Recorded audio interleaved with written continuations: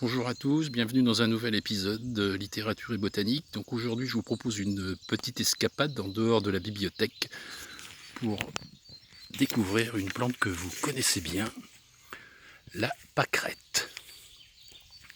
Alors on va s'approcher. Voilà. Donc la pâquerette. Alors c'est Bellis perennis, de son nom latin, Bellis de bellum, qui signifie joli, élégant, et perennis, donc pérenne, donc pour signifier que la plante est vivace. La pâquerette, son nom vernaculaire, viendrait du vieux français pasquier qui désigne les pâturages, qui est donc son écosystème de préférence. Alors, comme vous êtes des botanistes maintenant éclairés,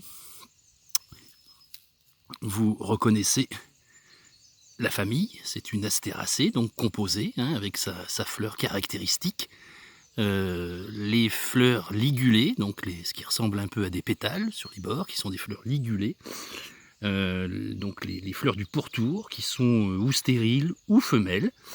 Et puis les fleurs du centre, donc la tache jaune, qu'on distingue bien, qui sont donc des fleurs tubuleuses, donc qui sont des fleurs mâles ou hermaphrodites.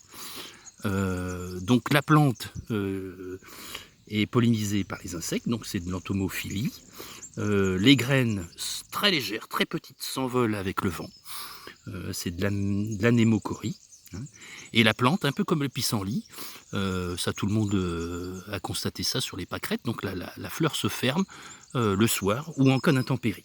Donc c'est un phénomène qu'on appelle la nyctanastie, donc qui est la fermeture des fleurs la nuit.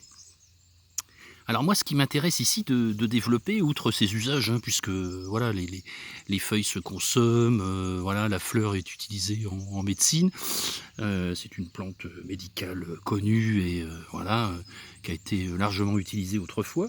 Moi, ce qui m'intéresse ici un petit peu, c'est son habitat. Parce que donc à l'origine, c'est une espèce qui est adaptée à une végétation rase et riche, notamment les prairies nitrophiles, c'est-à-dire très riches en azote, pâturées. Parce que en fait, c'est une plante par son pore qui résiste très bien au piétinement des herbivores, puisque sa rosette de feuilles est plaquée au sol, on le constate bien, et puis elle a une capacité de régénérer rapidement ses fleurs. Et par extension, donc, elle a un peu colonisé les bords de chemin, les chemins, les pelouses urbaines et les gazons tondus. Donc en fait, pour les amateurs de jardins de biodiversité, si vous voulez avoir des pâquerettes chez vous, il faut quand même laisser des zones, des chemins tondus ou piétinés pour avoir des jolis